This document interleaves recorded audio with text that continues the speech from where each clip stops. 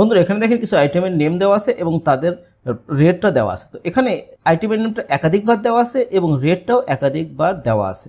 So আপনাকে এখন এইরকম একটা ফর্মুলা বানাতে হবে যেখানে আমি যে কোনো একটা আইটেমের নাম লিখবো, MOUSE মাউস। এই আইটেমের নাম যখন লিখবো তখন এখানে দেখেন ম্যাক্সিমাম রেটটা এখানে কত আছে এবং মিনিমাম রেটটা এখানে কত আছে সেই জিনিসটা কিন্তু এখানে চলে আসছে। তো এই জিনিসটা আমি কীভাবে তৈরি করেছি সেটাই আজকে আমি আপনাদেরকে দেখাবো।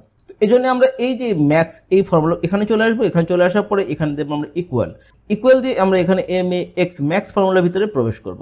দেন আমরা ইফ ফর্মুলার মধ্যে প্রবেশ করব। দেন এবার আমাদের ইফের যে লজিক্যাল টেস্ট সেই জিনিসটা আমরা করব। তো ইফের লজিক্যাল টেস্ট কি, এইটা ইকুয়াল টু যদি এই যে এখানে যে আইটেমের নেম দেওয়া আছে এই আইটেমের নেমের পুরো রেঞ্জটাকে আমরা সিলেক্ট করে দেব। দেন আমরা এখানে কমা দেব। কমা দেওয়ার পরে আমরা এবার চলে যাব যদি ভ্যালু ট্রু হয়, মানে যদি ট্রু হয় তাহলে কি হবে, তাহলে আমার এখান থেকে এই যে এই রেটটা ম্যাক্সিমাম রেটটা সে পিক করবে। সো আমরা এই রেটের পুরো কলামটাকে সিলেক্ট করে দেব। দেন আমরা ব্র্যাকেটটা ক্লোজ করব। এবার আমরা ম্যাক্সের ব্র্যাকেটটা ক্লোজ করে ইন্টার দিব। ইন্টার দিলে এখানে দেখেন যে মাউসের ম্যাক্সিমাম রেটটা কিন্তু চলে আসছে। সেমভাবেই কিন্তু আমরা মিনিমাম এই ফর্মুলাটা ইউজ করতে পারি। সো আমরা এখানে ইকুয়াল দিয়ে MIN মিন দিব।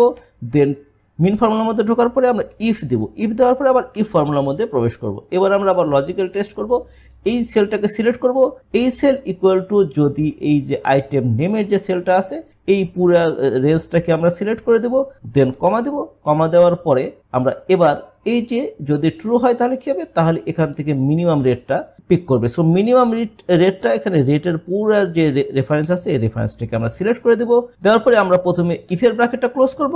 দেন আমরা মিনিমামের ব্র্যাকেটটা ক্লোজ করে ইন্টার দেব। ইন্টার দিলে এখানে দেখেন মিনিমাম রেটটা কিন্তু চলে আসলো। এবার যদি আমরা এখান থেকে যদি মাউসের নাম চেঞ্জ করি RELAY রিলে দিই, রিলে দিলে এখানে দেখেন রিলের ম্যাক্সিমাম রেট এবং মিনিমাম রেটটা চলে আসছে।